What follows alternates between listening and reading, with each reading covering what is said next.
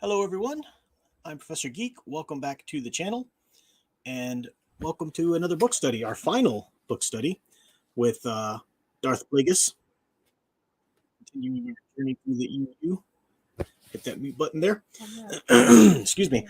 I mowed the lawn today and just kicked up a lot of stuff. It's allergies and everything.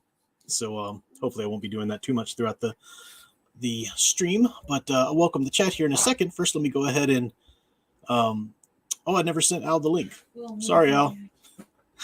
I was going to let me just let him in, but I never sent him the link. Hang on. Let me do that real quick. Probably hear Alyssa in the background sneezing a lot tonight too. Oh, just a quick heads up. There might be a couple times in which I have to just drop my headphones and jet real quick. She's had some stomach issues and she might need a little help maintaining hygiene in the restroom. She's not the cleanest little thing in the world. End up in my bathroom a mess. So if that happens, Al's just gonna have to go on autopilot. But there he is. Al, you got your yeah. You got your I saw Al backstage for a second, and I almost clicked and let him in, but he had his webcam on. I was like, Al, I don't think you want to be in here with your webcam on.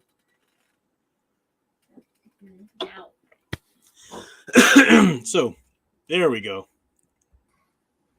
That works. Hey there. Ho, ho, ho, ho, ho. Like the Alba the Hut. That's pretty cool. How are you doing, geek with the degree? Let me make that bigger for everybody to see that. That's perfect. Now, do you prefer Twi'leks or humans as your caged or dancers on a leash?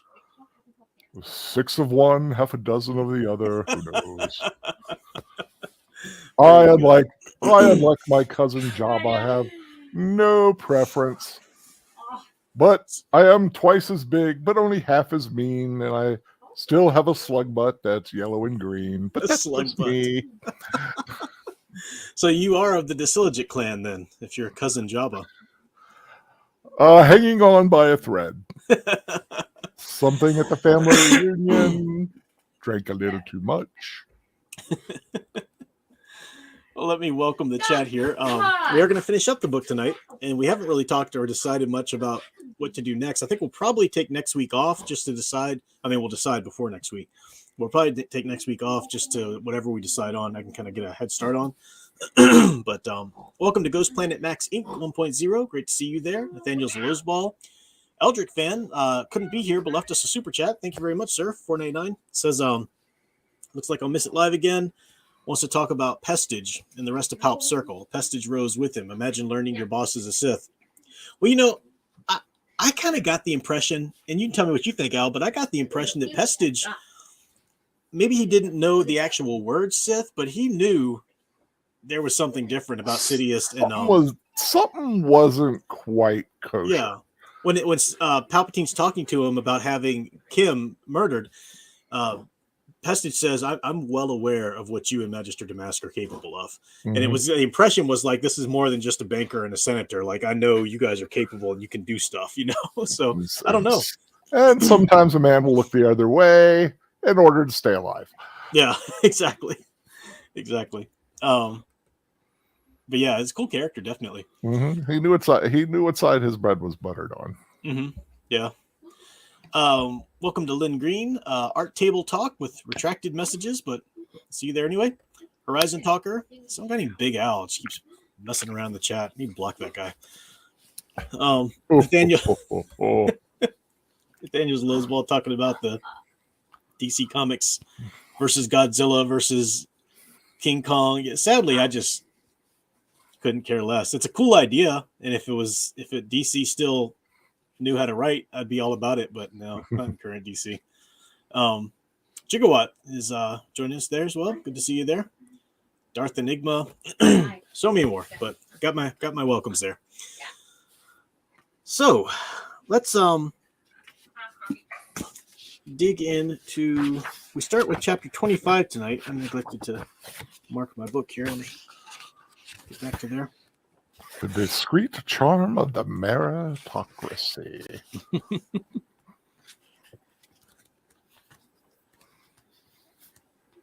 Even though we've got a few chapters to, a good chunk to cover tonight, I don't really feel like we have to go through it minutely so much, Mm-hmm. But yeah, it is a great title name. It is just, overall, though. I will say I was very, very intrigued by the timeline that this took place in. Yeah, you realize that Plagueis was actually there during He was still alive and kicking. He was off screen watching through the binoculars there. Watching Maul when he says we will have our revenge, and it's like, and Qui-Gon when he's talking to Anakin on the pier there before the dock before they take off. So we start out with chapter 25, and we have Damask, Magister Damask on sojourn still, and he's invited Jabba and his Twi'lek. What's his Twi'lek name? Fortuna. Bib Fortuna. Bib Fortuna. Anyway, he's invited Jabba to come talk to him, and Jabba wants to take over the podcasting ring on Tatooine, and he wants Damask to stop backing. Remember the other hut that he backed, Gardula the hut, earlier in the book, and to give it Jabba. And they're hashing it out, like, what can Jabba do for him? And Jabba finally gives information on the Bandagora.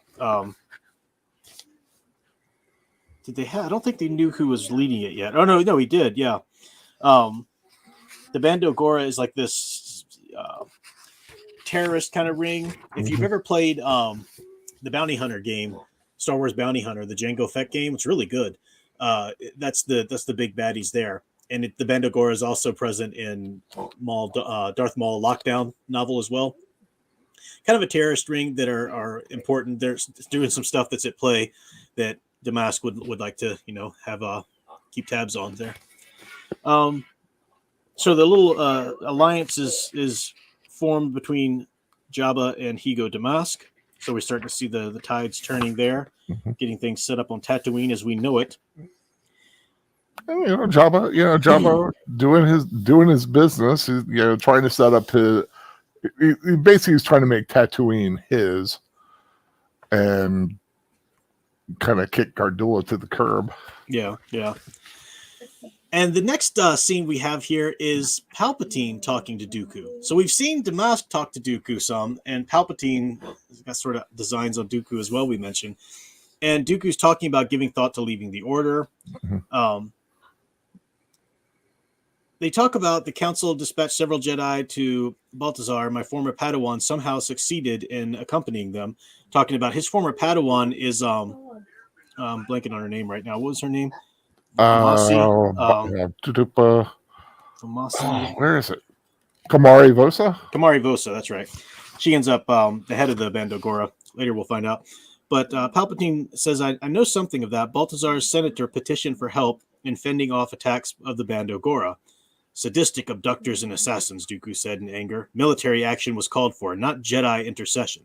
But no matter. The council complied with the request, and now Kamari Vosa and others are believed to be dead.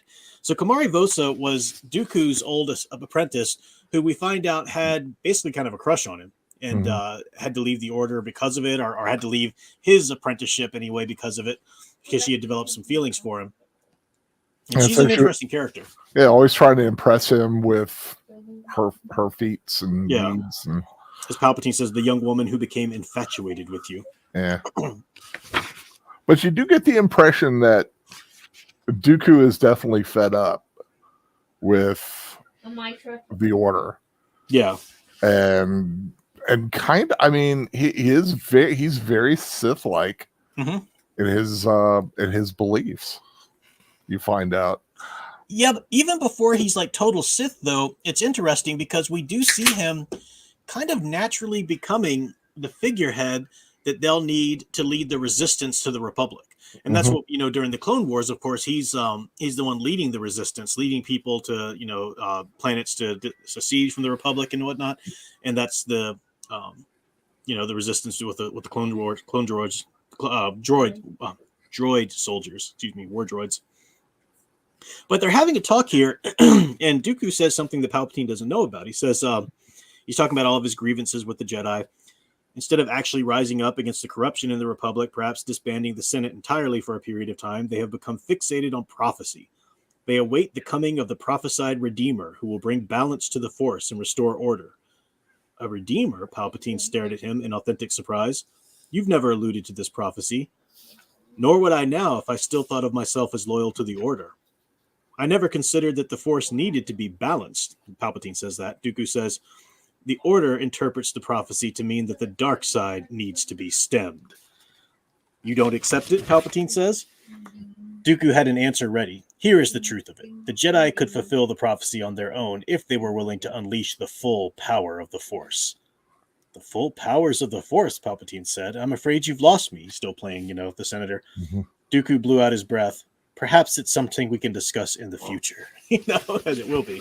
Do you get the impression at this point that Dooku knows what Palpatine is? He definitely suspects. Right. And you get that even more in their further discussions. Yeah, he suspects something's up with Palpatine and Damask. Yeah. Yeah, especially there's a line later. I won't bring it up now, but there's a line later on when they're talking. Mm-hmm. It definitely goes, he knows. Yeah. Yeah. He knows that he's a Sith. Mm-hmm. Not only up to no good, but a Sith. Andre Hernandez says, did you know Count Dooku is Sauron and Dracula? Let's not cut him short. He's got a lot of cool yeah. And of course the most badass that he was is Christopher Lee. I know, just Christopher Lee himself. Just him. I mean, don't even worry about the characters he plays. That man was dangerous. This is an aside, but I just have to say it because I've been watching the old reruns of Saturday Night Live, like from the beginning. And he hosted an epic episode that Meatloaf was a musical guest on. It was great. But he played the Grim Reaper, and he came to apologize for taking this little girl's cat. And Lorraine Newman was playing the little girl, and it was hilarious. He's like, I've never done this before, but I and she's like, why did you do it? You're mean. He's like, look here, it's difficult being deaf and all this stuff. It was great. Anyway. So yeah, they have this talk, and it's news to Palpatine, this prophecy, because remember, we need to put this in context of what we've been hearing about in terms of Sidious and Plagueis talking about the Force. For them, they don't even want to balance the Force so much as replace it. But if they were going to think about any kind of balance for them, it's really the dark side needs to be just as present, holding sway over the light. Of course, the Jedi interpret this as it's the light side. And I think that Star Wars, even the EU Star Wars, definitely sides with, there's a lot of confusion about this, and some people would argue with me, but no, I would say that even the EU Star Wars sides with the Jedi, that the light is the balance. Now, the Jedi Council at this time, they were saddled with a lot of centuries worth of tradition, and Luke peeled away a lot of that wasn't helpful, like taking children away and not letting them know their parents and all this kind of stuff. We can see how that's kind of like, what, but that was just kind of saddled with the tradition of so many centuries, and being with the public. This is part of the new order that Luke, comes in, and Luke allows certain emotions and emotional attachments and whatnot. And some people interpreted that as sort of bringing a grayness into the Jedi Order. You can maybe say it like that in a way, but it's not the gray Jedi by any means. It's the light is the balance. But this prophesied one would come in and bring balance. Go ahead. And it's almost, you're kind of touching on it there. It's like, exactly what is the balance? Mm-hmm. Is it light and dark, or is it kind of when you have two things on the far edge of each side, it's an easier tipping point. But if you bring them closer to the center, it is closer together, you're much more stable. But I think that you're right. Yeah. And when you think about it that way, but I think the real truth of it is that the Sith, we've heard Plagueis say darkness was there before the light, when we know that the darkness is just the absence of light. Mm-hmm. Like there's no real dark side, which is just as palpable and just as, unless you want to try and say embracing one's emotions is dark side, but that's not really the case. The dark side is the absence of the light side. So the light side, viewed through the right context, really is the balance. But again, the Jedi at this point have been saddled with a lot of unnecessary traditions and things that have just kind of, bogged them down a bit. Yeah, but it's interesting. And so the idea of this rising redeemer, this prophesied one, is going to come to play out even in the end of the novel here.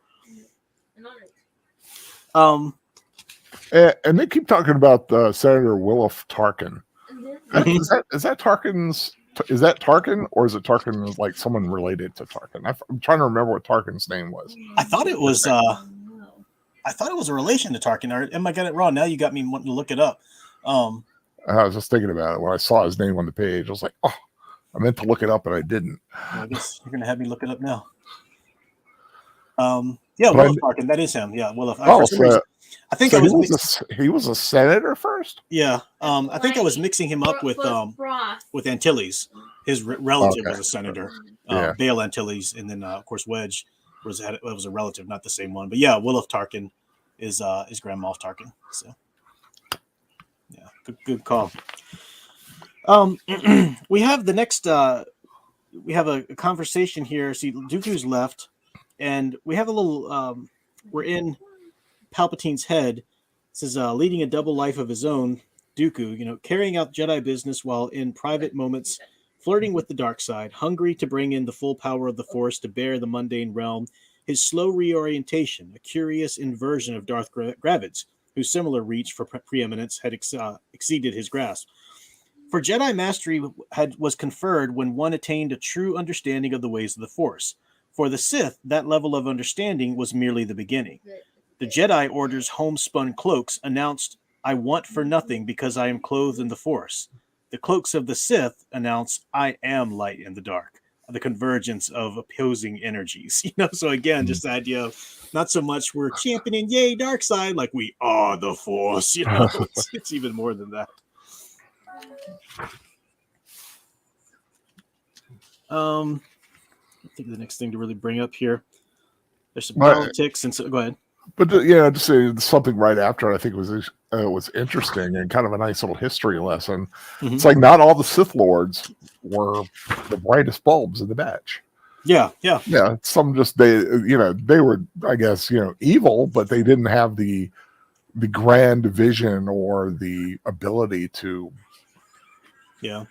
Well, Darth Gravid's an interesting one that they keep bringing up because he's the one that thought they needed to kind of reinvent the dark side, maybe incorporate some light side stuff. He was trying to destroy a lot of the Sith knowledge up to that point and everything. So there's some very different, because with the rule of two, with it only being like one Sith Lord at a time, what it means to be a Sith gets kind of reinvented with each Sith Lord. Keeping in the same tradition, but the Sith are a very different race or philosophy depending on who the master is. They're in the hot air balloon. That's right. And there was a Darth Millennial. That right there is nothing but trouble. I laughed too when I saw that. I was like, Darth Millennial. Oh, I don't have time to fight right now. I am Darth Boomer. That's funny. Yeah, that was a funny phrase. All right, so at the end of chapter 25, the basic plot points there is that they realized that King Varuna, we saw this in our last chapters when Plagueis was saying that Varuna is worrying me. I don't think he's going to be as pliable in our hands anymore. And Palpatine went to talk to him and found out that, he's very much wanting his own will and will strike back at Plagueis any minute. So they're trying to put somebody else on the throne for Naboo. And Palpatine goes to talk to his old friend, these sort of like mountain folk, in Naboo, but they're Senate, they're a part of the royal, government there, and they have a daughter. How old is she at this point? 13. 13. When she was 8, she was part of the Naboo youth, fort or whatever. But she's 14, and they want to put her. Palpatine postulates putting her on the throne. She's like a young little activist. Yeah, and it is weird, but they make the comment too that they've been younger on the throne before. So.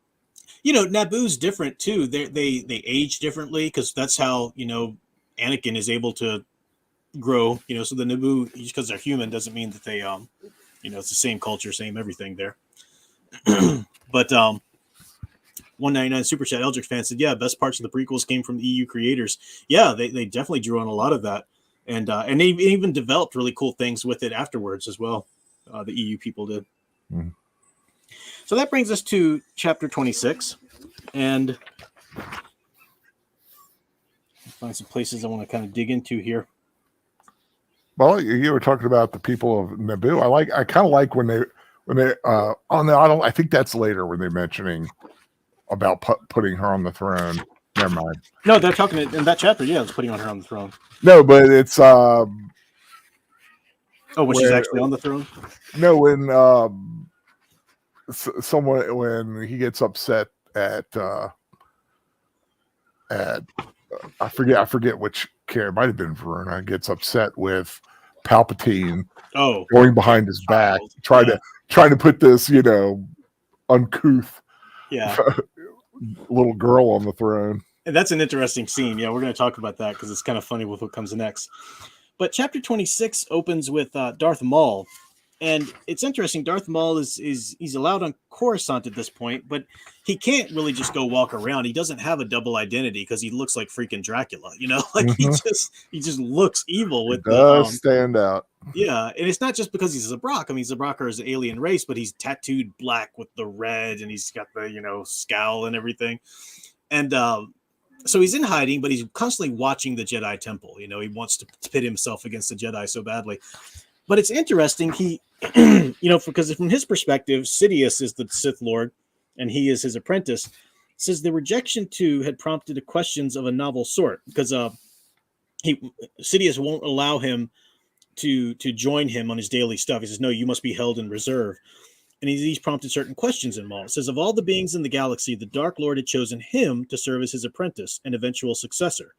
And yet Darth Sidious had neglected to equip him with the very tools he would need to carry the Sith imperative forward. And he starts to think, what if something were to happen to Sidious?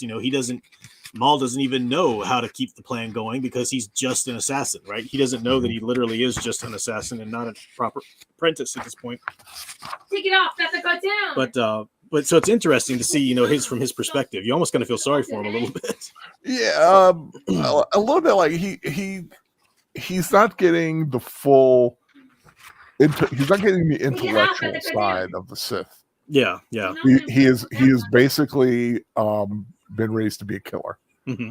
And that's all. I mean, he's great with a lightsaber, he's tough, but he doesn't seem to have the brain power. Mm-hmm. Or if he does, it's never utilized. You need to take it off the face. You can't take it off. It's a cartoon. You can't take it off the face. That's right. You can't take it off the face. That's right, because it's a cartoon. All right. Well, yeah, and we find out even Sidious, he sees himself as a Sidhari, which we know that Bane, kind of saw himself as well, like the prophesied Sith Lord that would, culminate and everything. And for Sidious, it's no longer, even when he, we know he kills Plagueis ultimately, Sidious is no longer about training an apprentice to succeed him. Sidious will not be succeeded. Sidious wants to live forever in a different way that Plagueis does. But his apprentices or whatever are really just his errand boys, or his servants, not people that he's training to become the next Sith Lord necessarily. Mm-hmm. So even, so Maul's got to, come to terms with that even. But speaking of, go ahead. This is more towards the end. I'll leave that. Okay. We do see a juxtaposition here between Sidious and Maul and Plagueis and Sidious. And this chapter kind of draws that to the surface as well, because the next thing we see is we're with Plagueis here. Plagueis is getting ready to leave Sojourn.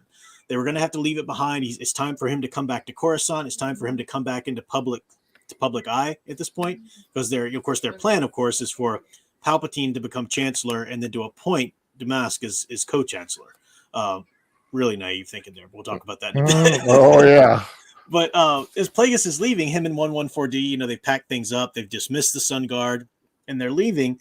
And we get some more of his interiority here from Plagueis that says, for some time, he had been aware that Sidious had grown critical of his fixation with unraveling the secrets of life and death.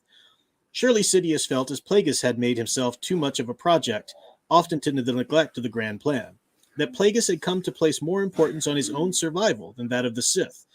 Meanwhile, to Sidious had fallen the responsibility for arranging and executing the schemes that would place the two of them in power on Coruscant. Sidious directing galactic events in much the same way that Plagueis was overseeing the currents of the dark side. And yet the arrangement was as it should be, for Sidious had a gift for subterfuge that surpassed the talents of any of the Sith Lords who had preceded him, including Bane. That's a pretty heavy statement. And it's true. And it's definitely true. One of the things I love about this book, and we'll talk about it more as we reach the end here, but this book justifies Palpatine at the great power he has as Sidious. When you track the Sith Lords throughout the EU, and kind of sort of loosely as we've done by reading the Darth Bane trilogy and, looking at Sith Lords, throughout the history, you've got so many great Sith Lords and you think, what is this little Palpatine guy? How can he be so powerful? How can he become this emperor? And especially when you dig into the EU and the video games and, the old Sith emperor, like from the Knights of the Old Republic games, you see the ghosts of what was to come in Sidious, and Palpatine really does have this intense, crazy power. The art of subterfuge. We've understood the ability of being able to mask themselves from other, from Jedi and whatnot, and it's building up to really some good reveals about Sidious. He's the right guy, right time, with the right skills to do exactly what he wanted to do. Yeah. Plagueis, I think, he was overreaching. He had these grand ideals, but I don't think he knew if he would. He thought he would achieve immortality, but he might have come close though. He was getting there. Yeah, he was absolutely. Before I finish out here this deal with Plagueis, I did skip the scene at the very beginning of 26, and that's the scene you were talking about, Al, when Palpatine goes to visit Varuna and those on Naboo, and Varuna's basically just kind of like playing with Palpatine. Like, Varuna is really full of himself and his power at this point. He's even kind of drunk, and he tells Palpatine, as soon as I come into power in the next election, I will have you recalled from senatorial duty. Don't get used to it. Don't get too comfortable. Make sure. And by the way, make sure you don't come back here either, because I will not have you. And the people there are laughing. Gardula the Hutt's there, and they're all just kind of laughing at Palpatine. They've got his number. Silly little Palpatine. They figured it out. And they're threatening him too. Don't you dare, because I know things about you and Damask that would ruin your name. So because they found out, like you were saying, that he wanted to put our sponsor Padme to be on the throne. And then we get this scene where Palpatine is leaving Sojourn, and at the very end, as Palpatine and 114D lift off and they're going off, Varuna's ships show up. Remember, he's been building a Naboo, Star Force and everything. He shows up and decimates Sojourn, just batters it from space. They're trying to. It's an attempt on Damask's life. And Varuna is basically cutting ties. Varuna wants to be free of that. That's right, you do. And he does get away just in time, but Jabba's there to kind of help. Jabba's showing up because they're partners now. Jabba to the rescue. Something Jabba's, you don't really. That's a sentence you don't hear much. Yeah, it's kind of cool seeing Jabba as more of an active character in this book in the places he is anyway. Palpatine, because he's talking via comms to Jabba's ship, and he says, "I appreciate your punctuality, Jabba de Siligic, as I do your advanced intelligence that allowed me to avoid being atomized." So Jabba let him know this attack was coming. Thus our lasting partnership solidified, Magister. What is our destination? Coruscant, Plagueis said, but I've one more favor to ask you before we arrive. Simply state it, and it will be done. Then arrange for communications with Naboo. King Varuna needs to be informed of what he has brought down on himself and his confederates. Jabba guffawed again. It will be my pleasure. You do not want to be Varuna at this point. That's the guffaw, right? Yeah. That's the reason Darth Sever took the night off. Gotcha. You like the Jabba here. It's really, if you're writing a villain, and we know that Sidious and Plagueis, these are evil, horrible people. Unless you're a twisted individual, you don't want them to succeed. They do, history-wise, to a certain degree. But how do you invest yourself into? That's right. Okay, keep your voice down. Okay. I stole Captain Hook's lantern. That's right, Captain Hook's lantern. how do you invest readers in them as main characters when they're horrible, evil people? Well, one of the ways to do it is to have other evil people try to do things to them. And it's kind of like as a reader, you're sort of given permission to like root for somebody else's death because they're all bad guys anyway. They're all deserving of it, Yeah. And even though Varuna or Damask is no better than Varuna, it's just kind of fun to like, yeah, you're getting your comeuppance now, little upstart. Thought you could take out Damask. So we've got that, and that's the end of chapter 26. Chapter 27 here, we have Plagueis in Coruscant settling in, and he and Sidious are actually Magister Damask and Palpatine. They are is this the part I'm looking at?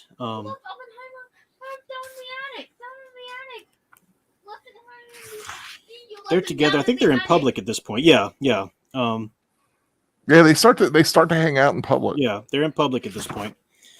And we find out that Varuna has abdicated. Once he found out that Plagueis Damask survived, he abdicated and left and took on the run. So he's in hiding at this point. Well, yeah, but he's not going to hide too long. Now they're trying to go over their plans here because they obviously need revenge on these individuals, need to eliminate these individuals that have rebelled against them that could cause trouble. And the Bandogora, okay, Alyssa, the Bandogora is part of the problem here too.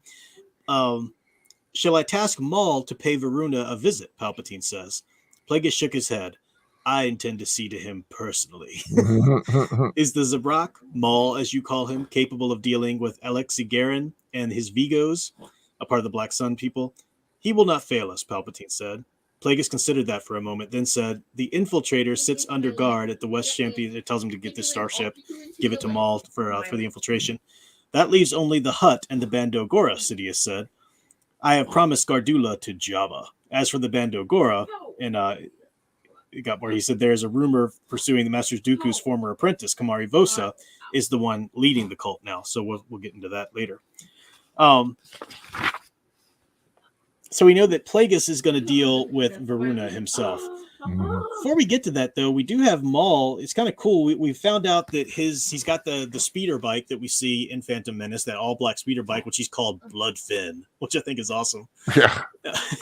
And he calls the infiltrator ship that he's given, he calls that Scimitar, which is very Maul-like. Yeah, he loves, he does love that evil, sinister naming. Mm-hmm. And they're setting up things like Plagueis, Sidious tells him, this will be a chance for you to give your probe droids, put your probe droids to the test. The droids we see him using in Phantom Menace as well. And it almost is like Sidious is. He's sending him out, but there's almost like this. Now, are you sure that you're going to be able? It's almost like he's got a little concern. Yeah, he does. For Maul, there's just like almost this parental aspect to it. He is. I mean, Plagueis defines it later as a filial link, not like he's a benevolent, father to Maul by any means, but there's sort of a filial bond there. And I think he senses that Maul's got a little too much self-confidence because he's telling him, look, there's going to be a night sister there. She's going to sense you before anybody else would and stuff. There's going to be the Vigos there and all this kind of stuff. But Maul's good. Maul leaves. Take care, leave no witnesses. And Sidious said, this one will not be content until he has killed a Jedi Master, Sidious thought, which is very true. He wants a Jedi. It's almost like what something a father would say. It's like, that boy's not going to be happy until he's wrecked that, Corvette, or whatever. Yeah. He's not going to be happy because of Jedi. We get a little bit of interiority with Sidious here. He's talking about Plagueis. He said the Mune's renewed vigor had taken Sidious by surprise. The mere fact that he had escaped the devastation on Sojourn made him seem almost omnipotent. Though even when ensconced in his affluent citadel in the Minari district, he had yet to relax his vigilance or submit to sleep. Repressing a sudden feeling of envy, Sidious began to wonder if, blinded by the dark side, he had actually failed to divine Varuna's attack on Sojourn, or if he hadn't allowed himself to divine it. So a little bit of did I just want Varuna to kill Plagueis? Is that why I didn't allow myself to foresee that coming? Mhm. So again, just sort of seeds of discontent there.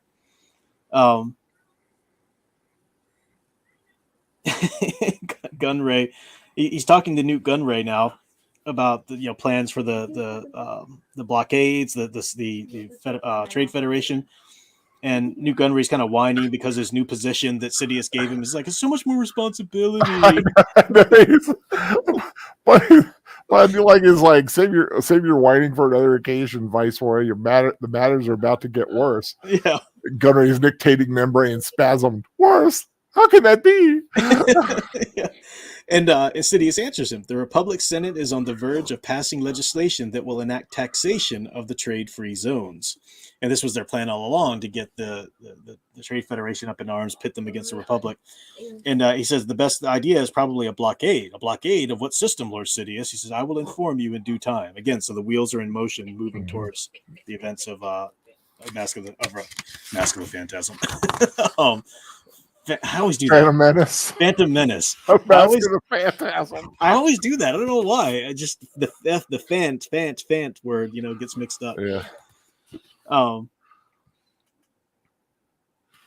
So we're rolling along. Let me see what next part I want to talk about here.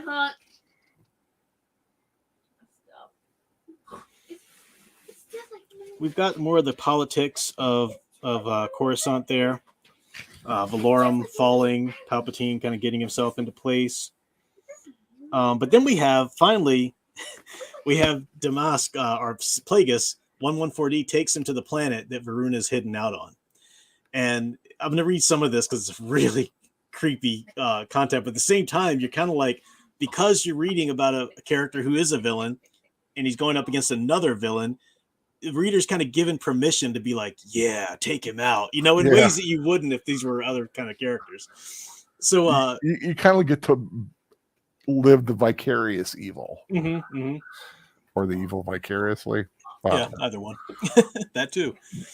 So Plagueis, he infiltrates the place quite well, but he's doing it carefully. You've seen V for Vendetta? Yeah. Remember when V visited that one woman and he talked to her very softly? I got that scene as well. You're right. That's what it reminded me of. The woman that he had to kill, but he did have compassion for her because he knew it wasn't. Yeah. Or at least didn't just out and out. Yeah. Not that Plagueis has any compassion for Varuna, but it's so creepy. But you're right. It does have resonances of that scene. I was thinking about that too. I'm glad you mentioned it. So he gets in. Now, he could have just taken out the whole place. He could have just, came in blazing, but he wants that quiet moment with him and Varuna. Mm-hmm. And so he comes in. He's disabled the security measures. He's got the guards far away, and he sits down and he wakes up Varuna. He rouses Varuna, sitting down next to him in a chair. The old man woke with a start, blinking in response to the light, then propping himself up against a gathering of pillows to scan the room. His eyes widened in thunderstruck surprise when he found Plagueis seated at the edge of the light's reach. Who? Higo Damask, Your Majesty. Beneath this mask, my former enemies may as well have fashioned for me. Varuna couldn't open his eyes any wider. His jaw dropped and he flailed for the security comms panel. I've rendered them inoperative, Plagueis said, along with the secret security cams, just so you and I could converse without being interrupted. Varuna swallowed and found his voice. How did you get past my guards, Damask? We'll come to that in a moment. And he starts to call for a guard, and Plagueis says, Plagueis starts to clench his throat. And so he stops. He's unable to breathe. And Plagueis says, there will be none of that. And Varuna says, what do you want with me, Damask? When he could breathe again. Closure.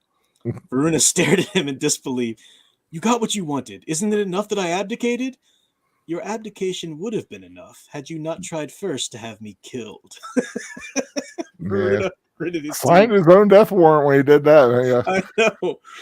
Everything I built was in jeopardy of being taken from me, even the monarchy. You left me no choice. Plagueis stood and reseated himself on the edge of the bed, getting closer, like some macabre confessor. I love that. I love that line. Some macabre confessor. I understand. Faced with a similar choice, I might have done the same. The difference is that I would have succeeded where you failed. Oh man, that's just good writing. So creepy. And Varuna's trying to plead for his life, bargain. No, I'll stay here. I won't be any trouble. It's fine. And Plague is like, that's true. You will stay here. Perhaps I should. Exactly. Perhaps I should have been more honest with you from the start. I delivered the Trade Federation to you. I put Topolo, then you on the throne. How did you imagine I came by such power? And he eventually reveals himself as a Sith, as a Sith Lord, Darth Plagueis.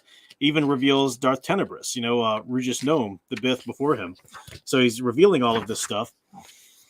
And he finally gets to it. Plagueis made his lips a thin line. I appreciate your honesty, Varuna. Are you prepared? Are you beginning to tire of my presence? Not of you, Varuna said, his eyes half closed. Let me explain what is happening to you, Plagueis said. The cells that make up all living things contain within them organelles known as midichlorians.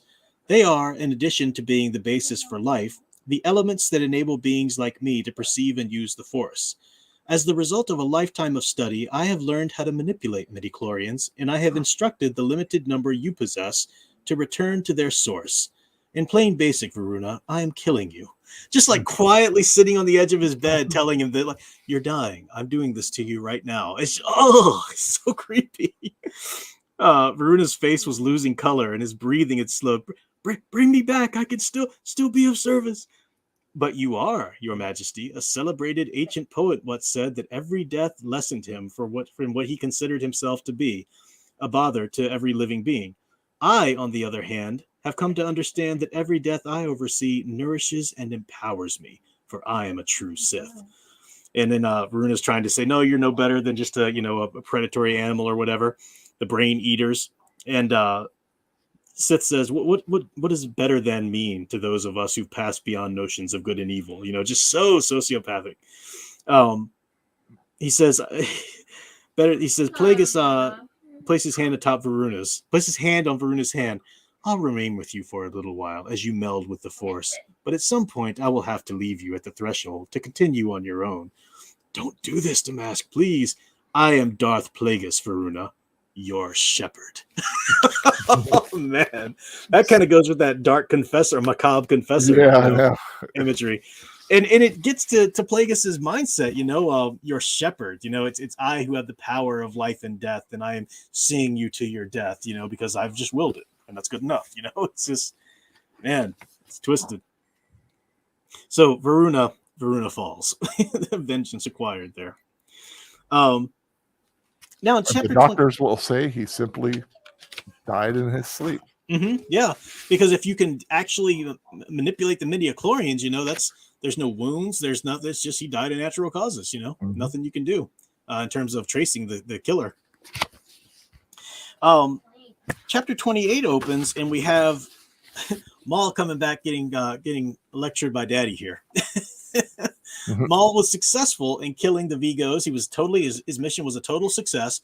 But he comes back, and Sidious is asking him again the same questions he asked before him. Are you sure you'll be able to handle this? But now he's saying, and these people, they were no challenge. And Maul's like, they were no challenge to me. I did everything, And Sidious keeps questioning him, and finally gets to the point where he told Alexi Guerra, one of the lead Vigos there, he said, revealed that he was a Sith, and that his master, he was just but the apprentice, and he had a master. So he revealed the nature of the Sith to Alexi before he was able to kill him. And this Alexi guy did get in a shot and kind of wounded Maul's hand. That's what kind of got this conversation going. And Sidious tells him, he's like, and if by some marvel Garen had managed to escape or even defeat the one being army that is Darth Maul, what repercussion might we be facing, apprentice? And then Maul's like, I beg your forgiveness. Perhaps you're not worthy of the infiltrator after all. The moment you allowed yourself to become distracted, the Black Sun leader cut open your hand. Maul remained silent. I hope you thanked him before you killed him, Sidious went on, because he taught you a valuable lesson. When you face someone strong in the Force, you must remain focused, even when you're convinced that your opponent is incapacitated. That is not the time to bask in the glory of your victory or draw out the moment. You must deliver a killing strike and be done with it. Reserve your self-praise for after the fact, or you will suffer more than a hand wound. And I see some foreshadowing in there. Do you, Al, or is that just me? A little bit, yeah. Because we know in Phantom Menace, And Obi-Wan. Yeah. When he kills Qui-Gon, and then those force fields come up, and so they're forced to just sit there and stare at each other before they're going to battle. Now, Obi-Wan sits down and begins to meditate. Or was that Qui-Gon that meditates? Qui-Gon meditates. I forget what Obi-Wan does. Did Obi-Wan meditate too when he was waiting? I think he was just kind of watching, standing there, bouncing, ready to go. He's watching. Yeah, he wants to avenge his. Yeah, but Maul is sort of basking in his glory. I've just killed a Jedi Master. He's just achieved what he wanted to achieve, and yet he drops his focus to the point where that Jedi Master's apprentice ends up slicing him in two. It was literally the pride goes before the fall. Yeah, and he certainly does lose more than his hand. Oh, yes, he does. But then, as we know, didn't quite kill him. Yep. Which, again, I need to see how the EU brings him back to read all that area there. But I do love the idea that if he is an agent of the dark side, he's such a prideful being anyway, you can imagine the boiling, roiling anger and how strong the dark side would be in him, knowing that he's just been bested by an apprentice, no less. You could imagine in the rules of the dark side there how that could maybe sustain him somehow. I know he comes back in the Clone Wars. Yeah, he does in the series, but I don't really know. No, yeah, I don't know exactly all the content of it and everything. Yeah. But I do know what happens in Rebels. Mm-hmm. So then we get Sidious talking to Plagueis about what's happened, and Plagueis doesn't seem like it's any big deal. Whatever, he was successful anyhow. It's fine. Mm-hmm. They are in public at this point, and they're being seen together. And they're talking about their overall plan ultimately. And at the end of a long war, perhaps with victory in sight, to achieve that, they're talking about getting rid of the Jedi ultimately. So to achieve that, both sides would have to be managed. Palpatine blew out his breath. Even if a surprise attack could be launched, not every Jedi would be in the field. And Plagueis said, only those suitable for combat would need concern us. Palpatine broke the long silence. The Kaminoan the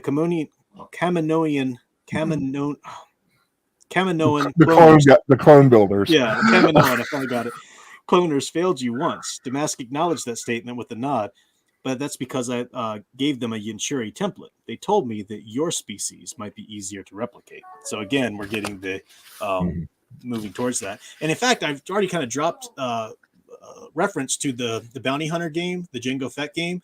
It's really good. The opening scene of that game has Sidious going to talk to Darth Tyrannus, Plagueis, Dooku at that time, appearing to him in a hollow saying, you failed to kill your old apprentice, Kamari Vosa, and she needs to be dealt with. And Dooku's like, I'll do so. And he says, I also need you to find a suitable specimen for cloning.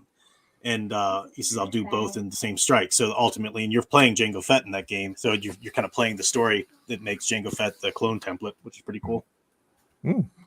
Yeah. They're having this talk, and then at some point, they both go their separate ways because Palpatine has to go and play politics to get himself in line to be elected the next chancellor once they bring Valorum down. And Damask grunted noncommittally, my own target is in sight in any case. And his own target is Master Sifo-Dyas. And he tells him that basically the reason he's going to talk to him is because Plagueis or Sidious, they can't be the ones that order the clones from the Kaminoans. They can't be because it'd be easily traced back to him. So a Jedi has to be the one that ordered it so that there can be that link there and the clones can then eventually serve the Jedi, moving along the plan as foretold. And Sifo-Dyas is his one because he talked to Sifo-Dyas earlier in the book. We kind of mapped that discussion a little bit of how the Republic needs an army, at least if just on standby. And that's how he sells it to Sifo-Dyas now. If someone were to place the order, unbeknownst to the Jedi, just have them there in case they ever were needed. They would be there, and Damascus saying, I'll fund it. Just need somebody to go there and do it. And Sifo-Dyas is going to think on it, so we can see the plan moving. But I also love that, some of the name dropping that goes on, like one Mr. Joris Sabayoth, who was in attendance. Yep. Even more than that, there's also references to the book Maul Shadowhunter, Darth Maul Shadowhunter. One of the Newt Gunray's cohorts there suddenly goes missing. And he takes a holocron with all the information on it about there's going to be the blockade. And that's the story of Darth Maul Shadowhunter. We get that whole story there, how Maul goes after him, and there's a information broker, and comes up and all this kind of stuff. They're throwing out hints, working this book hand in hand with Darth Maul Shadowhunter, which is a great book as well. Not quite as good as this one, obviously, but still really good.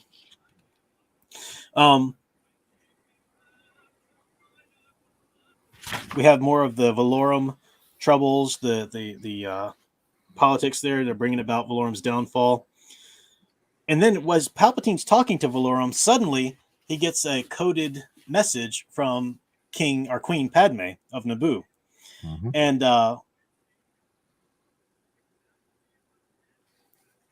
he says, Palpatine was about to respond as the voice of Valorum's personal secretary issued from the intercom.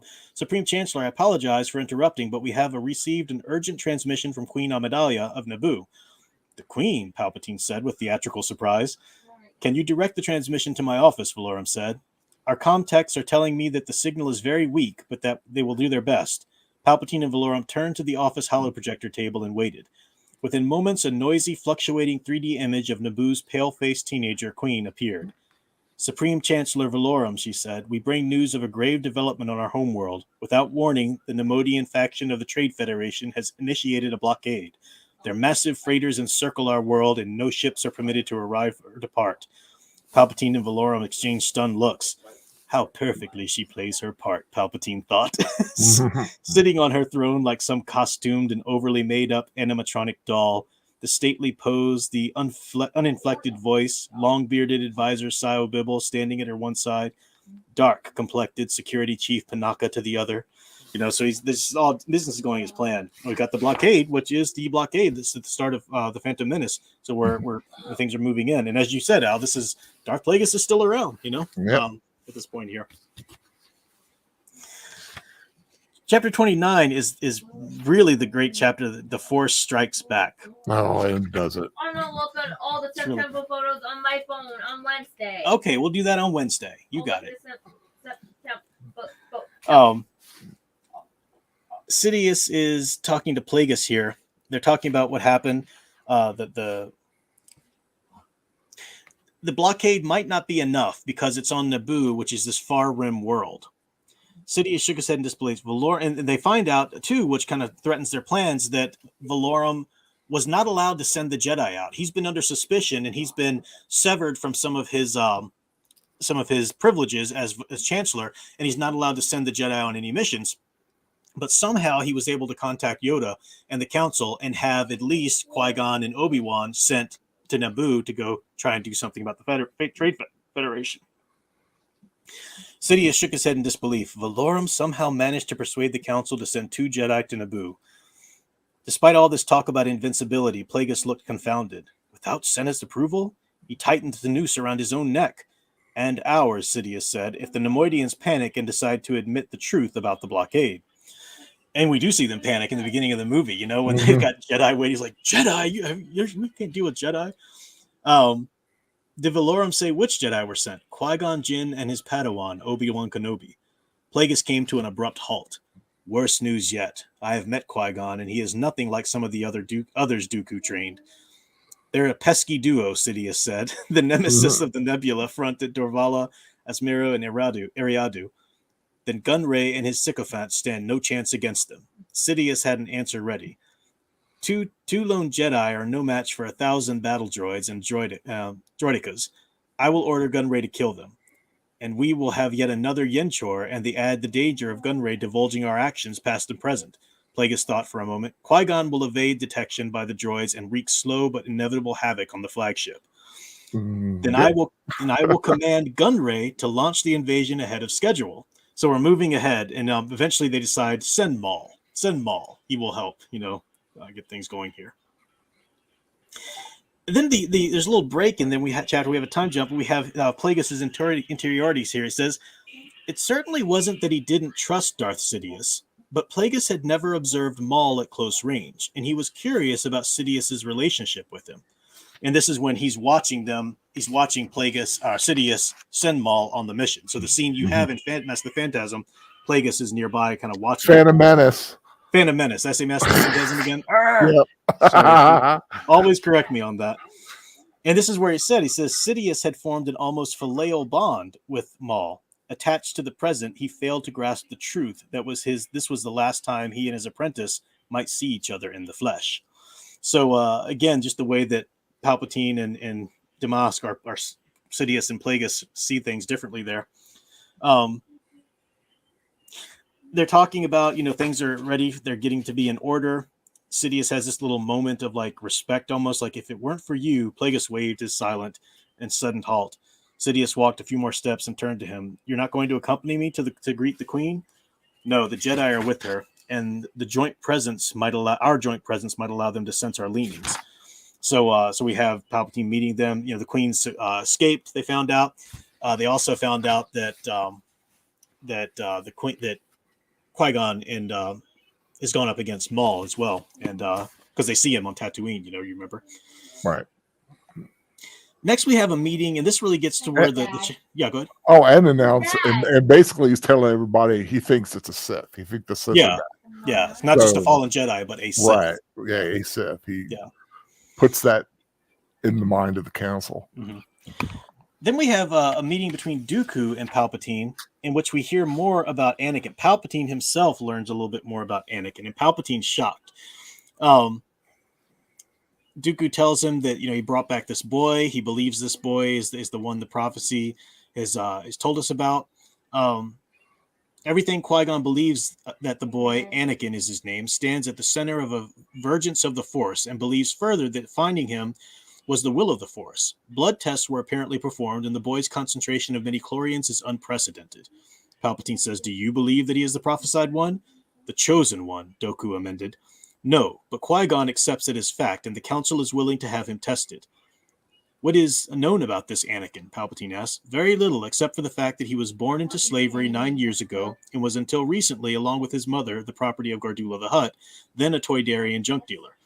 Dooku smirked. Also, that he won the Bunta Eve Classic pod race. Palpatine had stopped listening. 9 years old, conceived by the Force. Is it possible?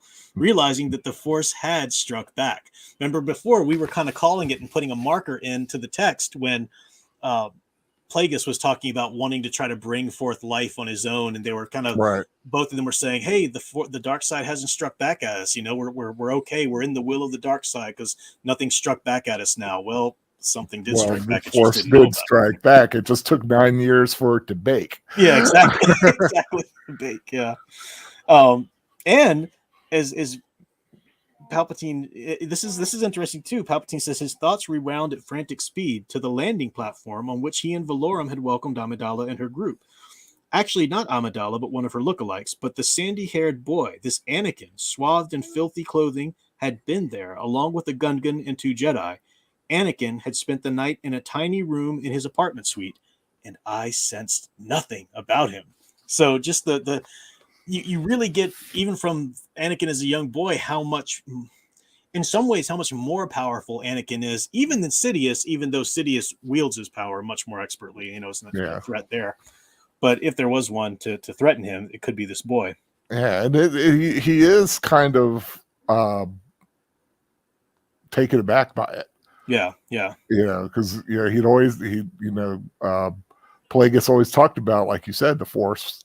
Mm-hmm. Doing its thing to try to stop them if they get too uppity about it. Yeah. And like I said, it did something. It was just sitting back and waiting. Yeah, Sound Engraver said in the chat, welcome to Sound Engraver. I know she's probably in the car at this point. She said, I love Anakin's origin in this context. Brilliant. The Force is rebuking the Sith. And it really is as echoes here of the Christian story. I'm not saying that Luceno or even Lucas ultimately meant this as a Christian allegory. No, of course not. But they did draw. I mean, Lucas is a student of Joseph Campbell, so he knows the hero's journey. He knows the importance of even biblical stories and the way they resonate across all other myths and whatnot. I mean, Lucas, knew that going in, and Luceno is definitely drawing on that. What we have here is, from the Christian theology perspective, Satan had no idea of Jesus's real mission, right?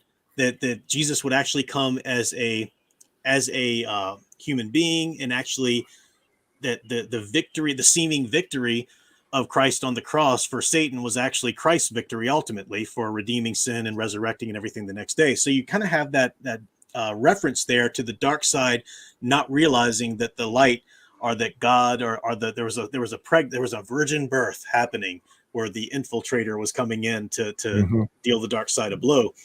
And we see that ultimately when Anakin is turned to the dark side and becomes Darth Vader. That's almost like the crucifixion, right? It seems like the dark side won that one. They won that battle, but little did they know that wasn't the ultimate plan. Luke comes along, redeems his father, and takes down the dark side. Bam! That's what Luke Skywalker does. So yeah, I just love those resonances and that similarity to it. Now we've got Plagueis. Qui-Gon Palpatine tells Plagueis about this Anakin, he's told him about this child. And Plagueis says he had to see this Anakin Skywalker for himself, had to sense him for himself, had to know if the Force had struck back again 9 years earlier by conceiving a human being to restore balance to the galaxy. So a little bit worried. He goes to the apartments. One of Queen Amidala's handmaidens is there. He uses the Force on her to make sure that she will let him see the boy, but she tells him no, Qui-Gon Jinn is just taking him from here to go see the Jedi Council. And this is big. This is a huge moment. Plagueis ran a hand over his forehead. Are we undone? He thought. Have you undone us? Himself, this child could really, for somebody is so full of himself and so sociopathic as Plagueis, I rule the death and life and all this kind of stuff. For him to be this worried, could this child have outdone us? Like, that just tells you how serious this is and what a big deal Anakin is. It's kind of cool.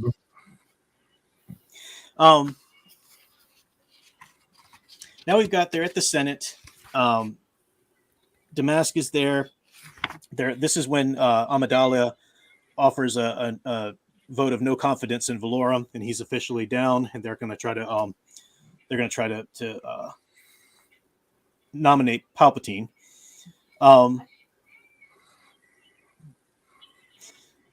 At the end, cheers and applause ring out because Palpatine's nominated as the new Chancellor.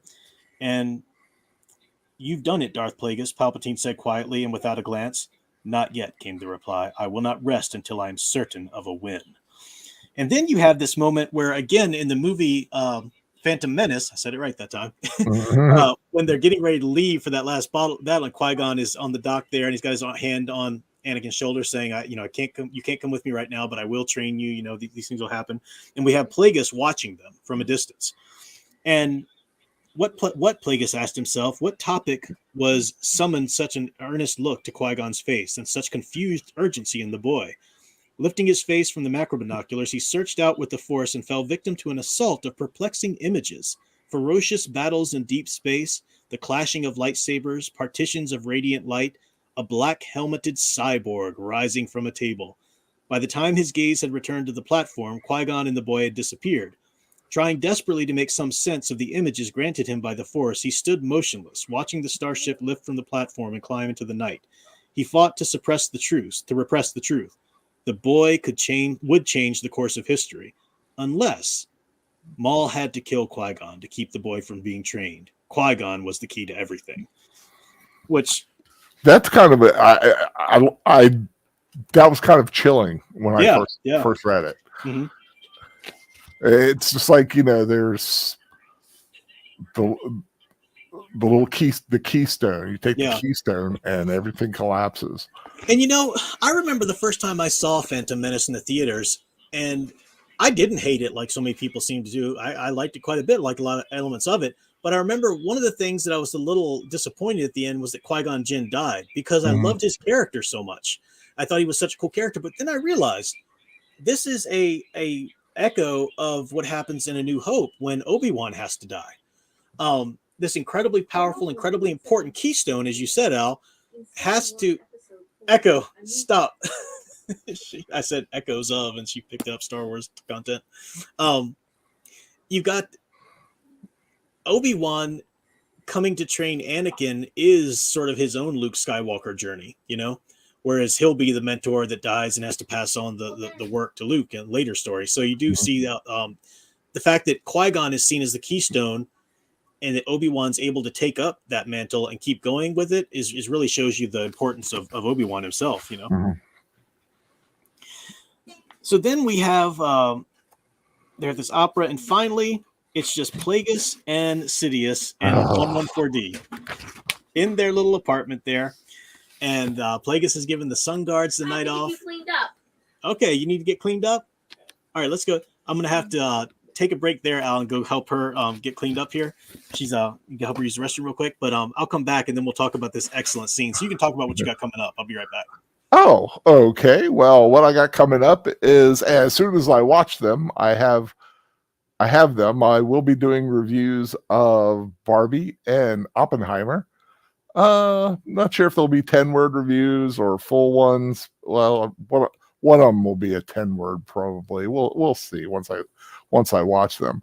Tomorrow night I'm going to be on Netter's Network at 10 o'clock Eastern Standard Time. We're going to be watching the film City of Angels with Nicolas Cage and Meg Ryan. It'll be a first-time watch for me. I know the soundtrack very well. It was a huge hit when I was a manager at Bohr's Books and Music. We played that thing all the time on the overhead, and it's a good soundtrack. But I've never seen the film, though I know something about it. I'm also hoping to do an explanation of my film ratings, so everybody kind of gets a good general idea of exactly what I think when I give something a certain star rating. And I've been working on that. Still working on the presentation for that. But next Saturday, for my next rewatch, or at least my next scheduled rewatch, we'll be doing War of the Gargantuas, the Toho classic kaiju film. I'm going to be joined by Deleted Scenes and Wolf 10 Media, who have kind of become my kaiju crew for the month, since I'm doing all kaiju films. And looking forward to the August rewatches I got scheduled, doing High Road to China with Tom Selleck, kind of an adventure in the early part of the 20th century. And then I'll be doing the original film Stargate.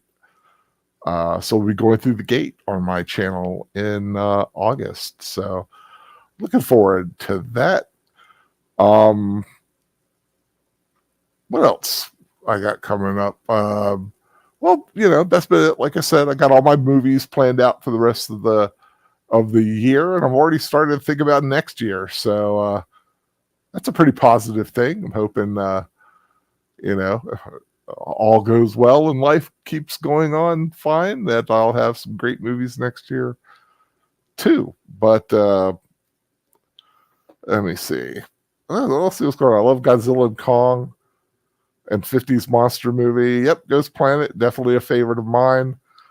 What Anakin needed was a father figure. Obi-Wan was more of an older brother. Yeah, I do believe that was a lot of Anakin's problem. He had, just like we were just talking about, Qui-Gon Jinn was losing him, I think, was as much a detriment to Anakin's training as anything else. I think if Qui-Gon was the one to train him, I think the galaxy would have been a lot different. I'm not quite sure to what degree, but I think it would have been interesting. It'd be a nice little what if anybody ever kind of noodled that one out. But yeah, so hey Al, excited for Toho's next Godzilla movie. Sure, I'm always excited for a Godzilla movie. Put a big monster in something and I'm pretty much there, just like a shark. I had just finally seen Deep Blue Sea for the first time, which is shocking considering how important of a shark movie it is, and never saw it. But I did a retro review on that to after seeing it for the first time. I really liked it. Gave it 3 stars. There are some issues with it, a few story elements, few acting elements, but fun movie. just had a great time with it. Let me see. Anybody got to say anything? Oh, okay, he's back. Oh, Ghostbusters, your birthday's coming up, turning 30. Well, happy birthday to you. Oh yeah, happy birthday. All right. So we as we said here. Oh, Sound Engraver, I don't know if you're home. If you are here, could you, if you wouldn't mind coming over to my place and helping Alyssa kind of get set for bed while I finish this out, that'd be awesome. But I'm not quite sure if you're here or not. So if not, don't worry about it. But if you are, that'd be great. So we're at this apartment. Plagueis, the next day basically is when everything's going to kind of come to fruition. Palpatine has been elected chancellor, and the plan is for him to give this speech, ingratiate people to Damask, and eventually appoint Damask co-chancellor. So it's just the two of them in 114D in this apartment, and they're both drinking wine. Plagueis himself is getting a little drunk, and he says, "Have you given thought to what you'll say tomorrow?" Basically, go ahead. Wait, did you think that was a little dumb for him to get that drunk? A little bit, but see, here's what I think it's showing. It's showing the absolute hubris and, again, that naivete of Plagueis, right? Yeah. Thank you, love. Sound Engraver comes. Can I have my tablet back? She's saying hi. Hi. Yeah, you can get your tablet. Sound Engraver's going to help. Michelle's going to help you get to that. She doesn't know her Sound Engraver. I just want. Do you do that like when you're just like hanging out? Oh, Sound Engraver. Absolutely not, actually. Yeah, it's only when we're Where's my on phone? context here. Another one. But Lucy. all right, so what I think's funny about this, and I think this might get to your question a little bit, Al. Lucy. Now listen, make sure you put your pants on. It's silly. Plagueis is letting himself get drunk here, and he says, "Palpatine, what are you going to say about me?" I mean, like, how prideful is Plagueis here? Because what are you going to say when you're talking about me? So Palpatine starts out and says, "I'm going to say this. I'm going to say Damask has done this," and Plagueis starts out like, "Yeah, that's good," and then Palpatine's like, "And then I'll say this," and is like saying so much that even talking about the Trade Federation, and Plagueis has to say, "Oh no, it's not time to bring that up yet. It's not time to bring that up yet." And then Palpatine says, "And then of course I'll say this," and it gets to the point where it's almost annoying to Plagueis. Like Palpatine's just sitting there lavishing on all the praise he possibly can, because Plagueis is still playing the master. Mm-hmm. He's like he's teaching his student. Yeah. And Palpatine's he's past that now. Yeah. And I like this. The joy of pleasantly intoxicated, Plagueis, who had wanted nothing more than to revel in the sweet taste of victory, was beginning to find his collaborator's performance exhausting, and wanted nothing more than to close his eyes and drift into imaginings of his march into the Senate rotunda, the looks of surprise, astonishment, the trepidation on the faces of the gathered senators, his long-anticipated emergence from the shadows, his ascension to the galactic power. And eventually, Sidious turns on him. He says, "But let me say one more thing to celebrate here," and then the tide turns. He aims Force Lightning at Plagueis's respirator mask. So he attacks him there, attacks his ability to breathe there, and it said, he said, "Let's go over the second part of our speech, shall we?" With a snarl, he threw the cloak back behind his shoulders and leaned toward Plagueis, planting his palms on the low table that was now puddled with spilled wine. It was Was that? I like the one thing, like he got so drunk he passed out, but the respirator started was like click click. Yeah. Click click click. So Palpatine says, "It was Higo Damask as Darth Plagueis who came to Naboo, determined to suck the planet dry of plasma." Go through all this. It was Higo Damask that did this. Darth Plagueis, who took him, saw this young man, took him as an apprentice. He says, Plagueis, who then set his sights on a seemingly confused young man, and with meticulous skill manipulated him into committing patricide, matricide, and fratricide. Mm-hmm. Darth Plagueis, who took him as an apprentice, sharing some of the knowledge but withholding his most powerful secrets, denying the apprentice his wishes as a means of controlling him, instilling in him a sense of murderous rage and turning him to the dark side. So it kind of like everything that Sidious has done is now Plagueis' fault. Mm-hmm. It was Plagueis who criticized the early efforts of his apprentice and who once choked him into the demonstration of his superiority. Remembers that. Sidious remembers that time that Plagueis force choked him a little bit. Nothing's forgotten. Plagueis, who denigrated him in private for hiring an inept assassin to carry out the murder of Senator Kim, and yet who allowed himself to be tricked by the Grand and nearly killed by mercenaries. And he goes on and on. I'll let you say this. I'm going to slip away just for 1 second. But Plagueis the Wise, who in his time truly was accepted at the end, trusting that the rule of two had been superseded and failed to realize that he would not be excused from it. That's really telling. So I'll be back in 1 second, but you can say, Kelly, your thoughts about that. Yeah, I mean, this is a man in Palpatine who has finally reached his limit. And what I find interesting, and I'm sure the prof will weigh in when he gets back, is that he's been playing Plagueis the entire time. He's been putting the ideas into Plagueis's head. He has been manipulating the master manipulator. And he considers himself not only to be this super powerful being, this Dark Lord, he's the Safari who is supposed to be basically the Sith's chosen one, the one who will bring the Sith back into prominence. And can you really say he's not? Because he truly does bring the Sith back into prominence. So I think Sidious calling himself the Safari is pretty much on point. Yeah.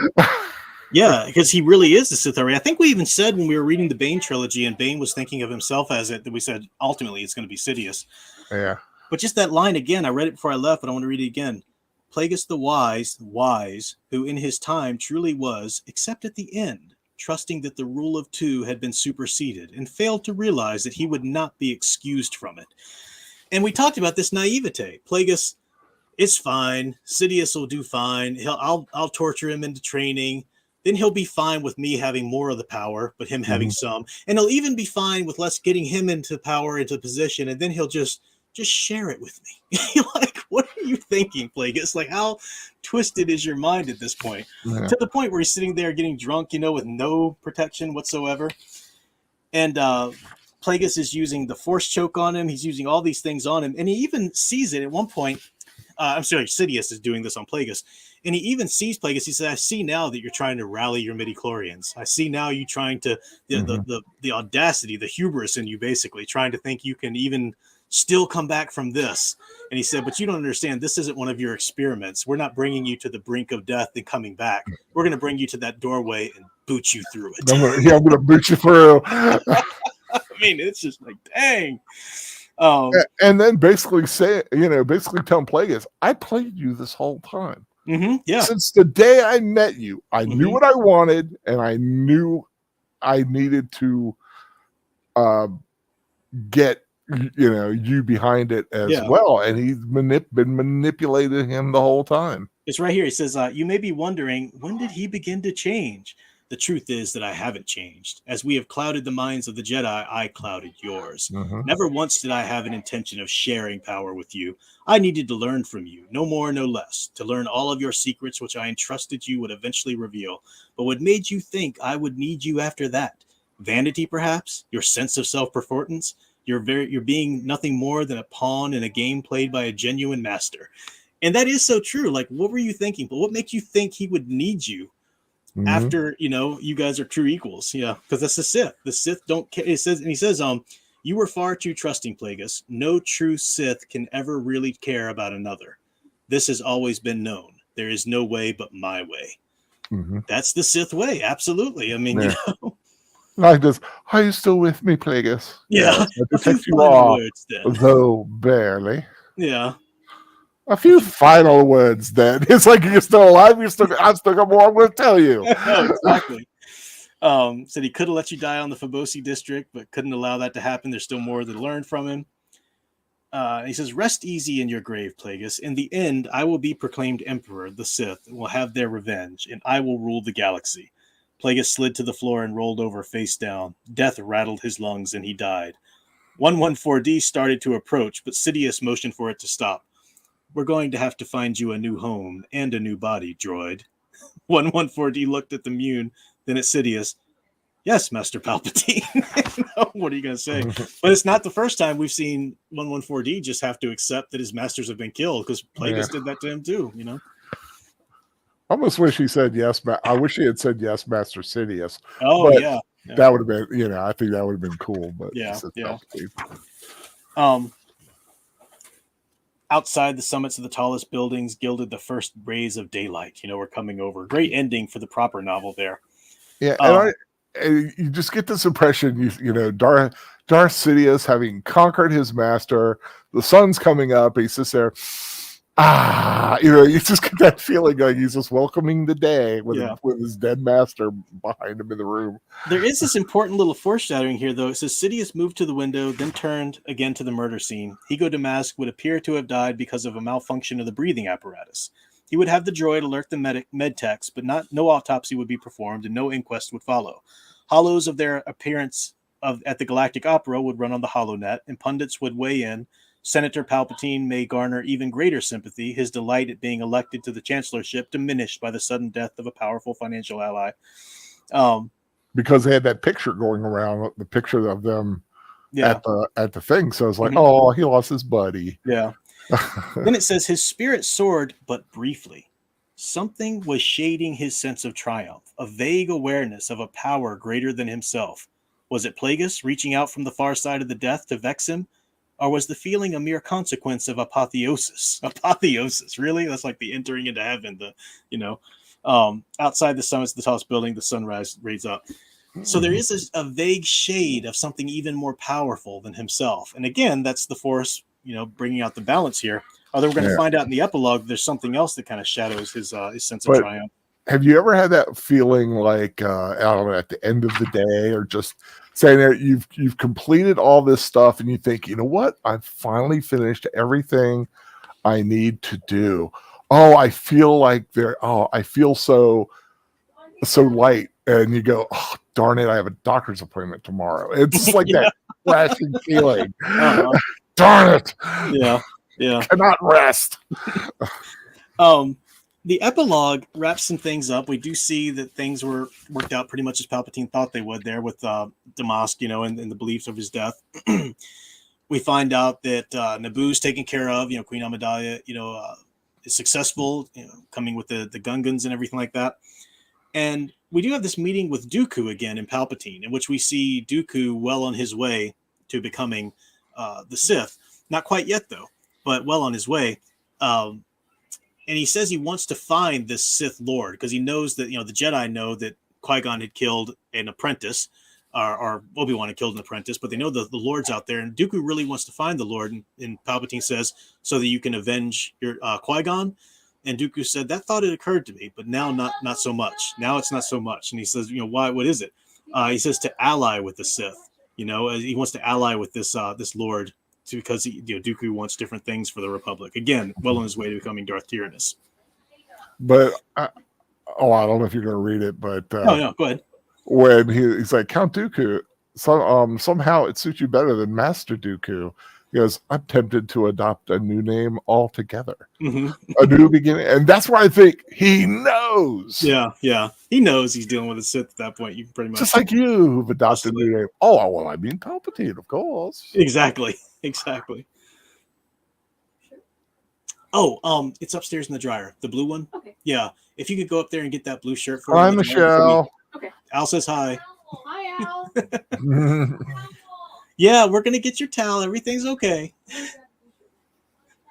And we'll get your towel too. It's okay. Last little scene is a scene a little bit later when Obi-Wan and his young apprentice Anakin come into the Chancellor Palpatine's office. And Palpatine's kind of trying out some things. This is still little boy Anakin. And it's an interesting, we find out too that Palpatine had felt a sense of loss, or he felt a sense of being alone after he killed Plagueis. And this was also because at that time, Maul had been killed as well. So he suddenly, had was alone as a Sith. And that's why he said, maybe Tyrannus will do eventually. But Palpatine smiled inwardly. He's watching them. He said, guide you inwardly. guide you to me, young Skywalker, talking about your destiny, because Obi-Wan says it's not for you to guide your destiny. The Force will guide you. And Palpatine smiled inwardly. Guide you to me, young Skywalker. Dooku had talent and could be a powerful placeholder, but his seemingly guileless, pleasant-faced boy, this forceful boy, was the one who he would take as his apprentice and use to execute the final stage of the grand plan. Let Obi-Wan instruct him in the ways of the Force, and let Skywalker grow embittered over the next decade as his mother aged in slavery. The galaxy deteriorated around him, and his fellow Jedi fell to inextricable conflicts. He was too young to be trained in the ways of the Sith in any case, but he was the perfect age to bond with a father figure who would listen to all his troubles and coax him inexorably over to the dark side. As I told you on Naboo, Anakin, he said finally, we will continue to follow your career with great interest, and assured that it culminates in the ruination of the Jedi Order and the ascendancy of the Sith. Bam.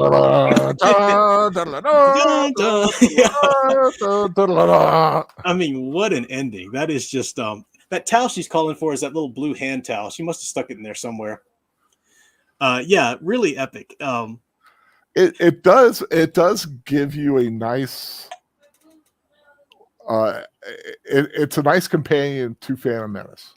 It is. It really is. Because like I said, when he brings up in I think it's Revenge of the Sith, when he brings up Plagueis the Wise, he had no idea that it was just 10 short years ago that this was going on. I just think that was pretty interesting. I wanted to say this when we first started the book, but I didn't, so I'm going to say it now because I wanted to just get through it. The book is called Darth Plagueis, but this is really Darth Sidious's book in so many ways.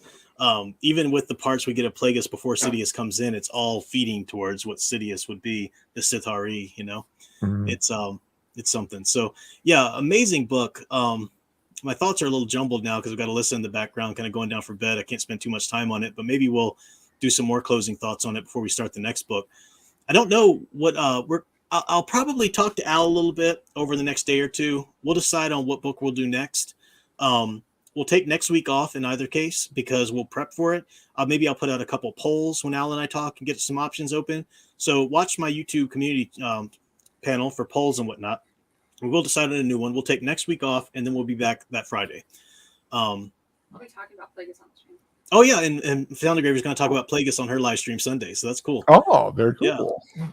Let me go ahead and end the chat here so I can say goodnight to my dear sound engraver. But you got any other closing things you wanted to say, Al? No, it was great. Great book. It was a fun ride, and like I said, I've got a new avatar that I can bring up every now and then. Alba the Hutt. Yeah. And thank you to the chat. I know I'm trying to kind of jump off kind of quickly here, so I didn't get a chance to go over some of the comments, but I will go back and read these, and we'll talk about them again when we open up the book study again before we get into another one. So thank you guys. Till next time, keep enjoying and digging deeper into those true blue stories and the real Star Wars EU.